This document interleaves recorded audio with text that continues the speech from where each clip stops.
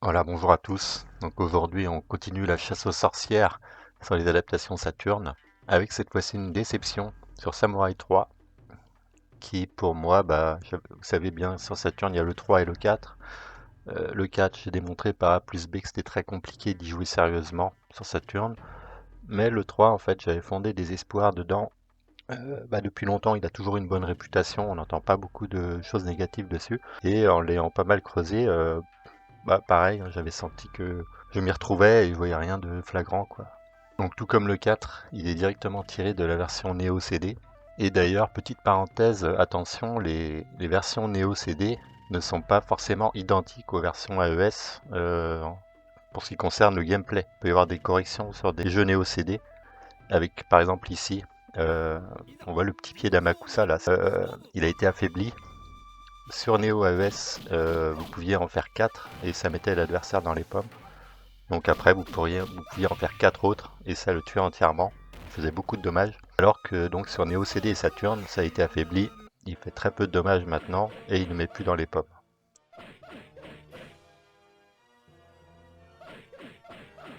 Donc ça, moi j'en étais conscient et c'est quelque part, ça montre que la version Saturn est vraiment fidèle à la version Neo CD. Mais c'est pas de ça que je voulais vous parler aujourd'hui, donc c'est plutôt de ça.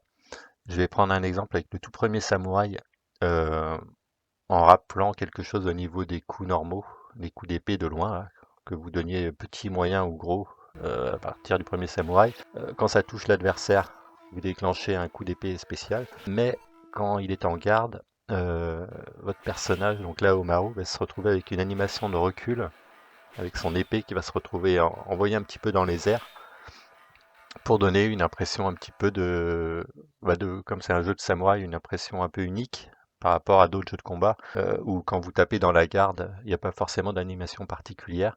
Ici, ils avaient insisté sur cette espèce d'animation qui repoussait votre épée et qui vous empêchait d'enchaîner quelque chose derrière, dans la garde. Donc on peut voir qu'on peut enchaîner sur un hit dans Samouraï, mais que dans la garde, ça n'existe pas. Donc là, sur Samurai 3, je me suis mis en player 1 avec Aomaru et on va faire le test, voir si tout fonctionne bien. On voit que sur un Ukyo debout, euh, les 3 animations de recul sont là, sur les 3 coups. Sur Ukyo baissé, pareil, on voit que c'est la même chose. Maintenant, par contre, je vais me mettre en player 2 avec Aomaru et on va essayer la même chose sur un Ukyo debout et baissé.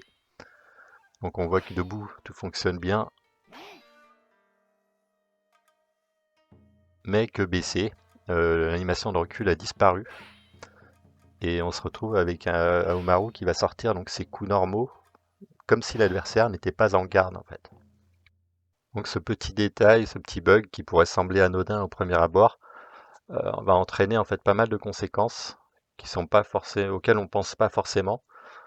La première, si on veut un petit exemple précis, ici je vais mettre Ukyo au coin. Et normalement, donc quand vous tapez en garde, Aomaru ici va reculer avec son épée, mais il ne va pas reculer, il va rester vraiment immobile. Alors que donc si on essaye sur un Ukyo baissé, on va voir qu'Aomaru va déclencher ses coups normaux et que par contre il va reculer. Donc déjà on a des données de jeu qui va être faussée de ce côté-là.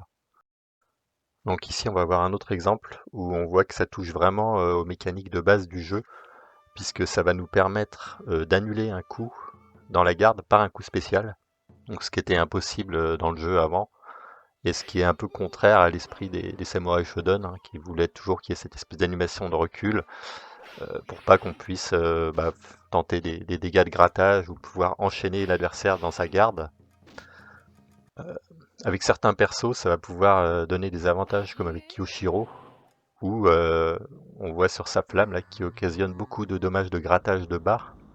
Donc ça c'est quelque chose qui n'existe pas de base dans le jeu. Et encore un dernier exemple où ça va montrer encore une aberration. Ça va nous permettre, donc on a vu qu'on pouvait enchaîner un coup spécial dans la garde. Ici avec Hanzo, après un coup d'épée, vous allez pouvoir enchaîner sa chope spéciale. Donc ça, de base, on ne pouvait pas le faire dans le jeu, hein.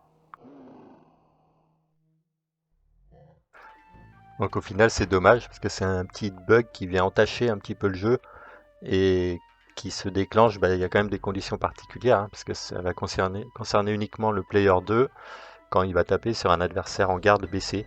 Donc c'est pas dans tout le jeu que ça va arriver, mais c'est assez quelque part pour dénaturer la base du jeu et rendre le jeu vraiment différent de l'original.